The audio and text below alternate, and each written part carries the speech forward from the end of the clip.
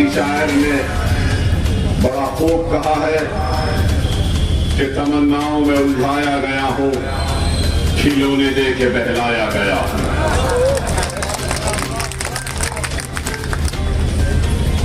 हिंदुस्तान की आजादी के बाद से लेकर आज तक कई इंतखाबात हुए, कई वादे किए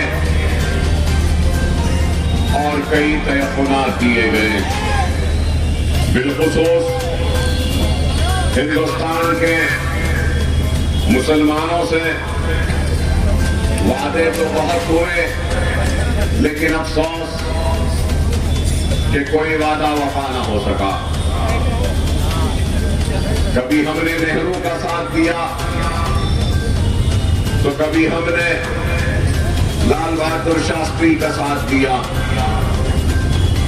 कभी हमने इंदिरा गांधी का साथ दिया तो कभी हमने जनता पार्टी के नाम पर मोरारजी देसाई का साथ दिया। हिंदुस्तान से गुर्बत का खात्मा करेंगे तो कभी किसी ने रोटी कपड़ा और मकान का नारा दिया तो कभी किसी ने सबका साथ सबका विकास का नारा दिया। तो सवाल ये पैदा होता है कि आज हिंदुस्तान की सबसे बड़ी अक़लियत मुसलमान सबसे पिछड़ी हुई, सबसे कमजोर और सबसे पीछे क्यों है? इसकी वजह क्या है?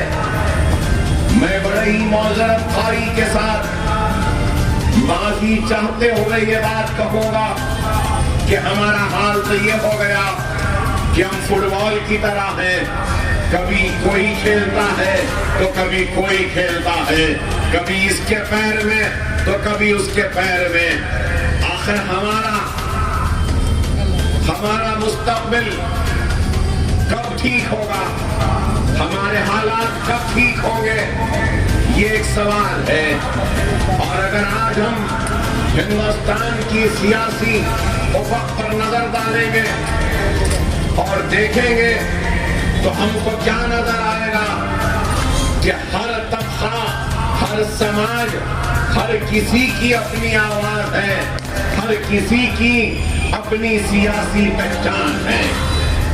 मेरी मुराद है तो इस बात से है हिंदुस्तान में दलित हैं तो उनकी एक आवाज है, हिंदुस्तान में यादव हैं तो उनकी आवाज है, हिंदुस्तान में साउथ में रेड्डी है तो उनकी आवाज है, हिंदुस्तान में लिंगायत है तो उनकी आवाज है, हिंदुस्तान में राव है तो उनकी आवाज है। बहरहाल हर किसी की आवाज है और अगर किसी की आवाज नहीं है तो वो मुसलमान की आवाज नहीं है। और आज अगर हम मुसलमान की बात करते हैं या अगर हम पर इल्जाम लगता है कि हम सिर्फ मुसलमान कहते हैं, तो मैं ये बात कहना चाहता हूं कि अगर आज मैं मुसलमान की बात कर रहा हूं तो इसलिए कर रहा हूं कि मैंने दस्तूर पर हलफ लिया और मेरी जिम्मेदारी और मेरा काम है कि मैं पिछड़े हुए को आगे लाऊं, मेरा काम है कि कमजोर को ताकतवर बनाऊं, मेरी जिम्मेदारी है कि जो सबसे पीछे है उसको आगे बढ़ाऊं। और अगर मैं आज पिछड़े हुए मुसलमान की बात करता हूं तो लोग इसको गुनाह समझते। अगर मैं कमजोर मुसलमान की बात करता हूं तो लोग इस पर तनकीद करते हैं। मैं उन तनकीद करने वालों से कहना चाहता हूं, कोई भी मुल्क, कोई भी रियासत उस वक्त तक तरक्की नहीं कर सकता या तरक्की याफ्ता या सुपर पावर नहीं बन सकता जब तक कि उस मुल्क, उस रियासत, उस शहर के हर रहने और बसने वालों को इस बात का एहसास न दिलाया जाए कि तुम भी तरक्की के हिस्सेदार हो, तुम भी ताकत के हिस्सेदार हो। अगर कोई आज ये ख्वाब देख रहा है कि हिंदुस्तान को तरक्की याफ्ता बना देंगे, हिंदुस्तान को सुपर पावर बना देंगे, तो उस ख्वाब में मैं भी शामिल होना चाहता हूं। मुझे दूर रखकर अगर कोई ये ख्वाब देखता है तो उसका ख्वाब पूरा नहीं हो सकता। ये हकीकत है, ये हकीकत है। और गोपाल सिंह कमीशन ने निशानदेही की कि हिंदुस्तान में एससी, एसटी और बीसी से भी अगर कोई पिछड़ा हुआ है, कमजोर है, तो वह हिंदुस्तान की सबसे बड़ी अक़लियत मुसलमान है। गोपाल सिंह की रिपोर्ट आई और कई बरस तक वैसी ही पड़ी रही, रिकमेंडेशंस कुछ नहीं हुए। और फिर उसके बाद में आपके सामने है कि सच्चर कमेटी की कमेटी तश्कील दी गई और सच्चर कमेटी ने भी पूरे हिंदुस्तान का दौरा किया और अपने रिपोर्ट में आज भी इंटरनेट पर जाओ, सच्चर कमेटी की रिपोर्ट को देखो तो सच्चर कमेटी ने यही बात कही कि एससी, एसटी और बीसी से भी पीछे हैं, पिछड़े हुए हैं, कमजोर है जिंदगी के हर शोबे में, चाहे वो मुस्लिम बस्तियों की डेवलपमेंट हो, पिछड़े हुए मुस्लिम बस्तियां, मुसलमानों के बस्तियों में अगर कोई चीज दिखाई देती है तो गंदी मोहल्लियां हैं, बदतरीन रोड है, ना स्कूल नजर आते हैं, ना बैंक नजर आते हैं। सच्चर कमेटी की रिपोर्ट ने कहा कि मुस्लिम बस्तियों में अगर कोई चीज नजर आती है तो वो सिर्फ पुलिस स्टेशन नजर आते हैं। तशरीफ फरमा कोई दिक्कत नहीं है। मजलिस इत्तेहादुल मुस्लिमीन के रियासत राजस्थान के सदर वो उम्मीदवार जनाब जमील खान साहब, बाबू भाई साहब वाइस प्रेसिडेंट, हमारे लुकमान खान साहब वाइस प्रेसिडेंट, जावेद अली साहब जनरल सेक्रेटरी, वो उम्मीदवार फतेहपुर हल्का जावेद नवाज साहब, उम्मीदवार मजलिस इत्तेहादुल मुस्लिमीन किशनगढ़, डॉक्टर जा सुनने वाली मेरी इज्जत माप पर्दानशीन माँ और बहनों, इंतखाबात का वक्त है और इंतखाबात में कई उम्मीदवार आपके दरमियान में आते हैं, मुख्तलिफ जमातों के उम्मीदवार बनकर, और हर उम्मीदवार और हर पार्टी यही बात कहती है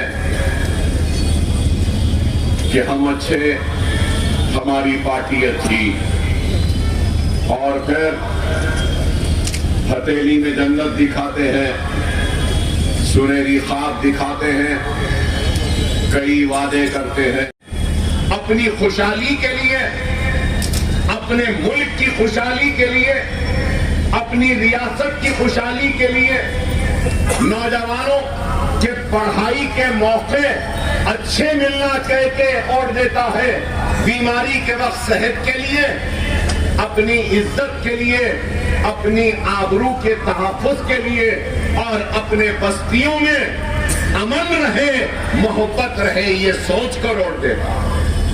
लेकिन आज आप बताओ, राजस्थान में कहां खुशहाली है, किधर खुशहाली है? राजस्थान में सबसे पहले शुरू करता हूं तो इस बात से कि राजस्थान में मुसलमानों की कितनी आबादी है? 9% करीब 9%। तो 9% के हिसाब से कितने लाख मुसलमान हैं? जरा गौर से सुने। 9% के हिसाब से 62 लाख मुसलमान। कितने? 62 लाख। तो मैं अब आपके सामने तकाबुल करता हूं। लोग जो बोलते हैं ना, और जो लोग सवाल करते हैं कि मजलिस आई तो क्या करेगी, क्या फायदा, इनको वोट देने से क्या फायदा। मजलिस के 7 एमएलए है, कितने? 7। तेलंगाना में, राजस्थान में कांग्रेस के मुस्लिम 9 एमएलए, राइट, 9 कांग्रेस के 9 एमएलए राजस्थान में, मजलिस के 7 एमएलए तेलंगाना में। यहां से शुरू, वहां माइनॉरिटीज का बजट कितना, सुनो, वहां पे पहले आबादी कितनी? 50 लाख। मुसलमानों की आबादी तेलंगाना में 50, राजस्थान में 62। यहां पर राजस्थान में 9 एमएलए, तेलंगाना में 7 एमएलए। राजस्थान में अक़लियतों का बजट 2018 में 154 करोड़, 154। 18-19 में 164 करोड़, 2019 और 20 में 152 करोड़, 152 करोड़। 2021 में अगेन 152, फिर से 152 करोड़। 21 और 22 में 193 करोड़, 22 और 23 में 261 करोड़, और 2023 और 24 मजलिस के 2-4 जलसे हुए तो 482 करोड़। थालियां भी न मारे। ऐलान हुआ 482 का, ऐलान हुआ 482 का।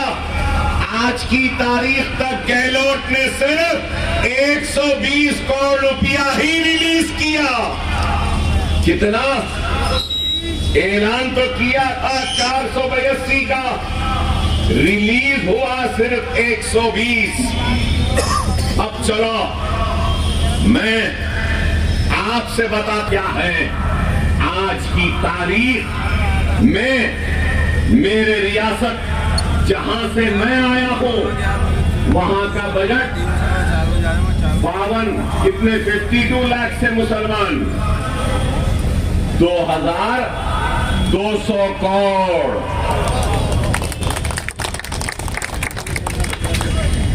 तो मैं उनसे पूछना चाहता हूं जो 55 बरस से कांग्रेस को वोट दे रहे हैं, जो कांग्रेस के लिए जिंदाबाद के नारे बुलंद करते, जो मजलिस को खराब और कांग्रेस को अच्छी कहते हैं, मैं उनसे पूछना चाहता हूं, खराब लोगों का ये काम है तो अच्छे लोगों का काम कैसा अच्छा होना था? 2000 के बजाय 10,000 होना था। तो जब हम बोलते थे कि वाकई में सही काम हुआ। बटन कौन सा दबाएंगे? तो दोस्तों ऐसे तो 14 तारीख को मकर संक्रांति होती है, लेकिन हमें 25 तारीख को मकर संक्रांति बना लिए, मनाएंगे। आप सबके बीच में अल्हम्दुलिल्लाह शेर हिंदुस्तान मौजूद है, शेर हिंदुस्तान मौजूद है। और मैं आपको बताना चाहूँगा खिदमत के पेशे से जुड़े हुए हैं अल्हम्दुलिल्लाह, लेकिन जब हमें ये नजर आया कि इस खिदमत के पेशे का दायरा बढ़ाना चाहिए तो हमने ये MIM पार्टी जो हर 36 लोगों की पार्टी है, हर गरीब की, दलित की, परेशान की, गरीब की पार्टी है, अब हमें संघर्ष करना है जो हमें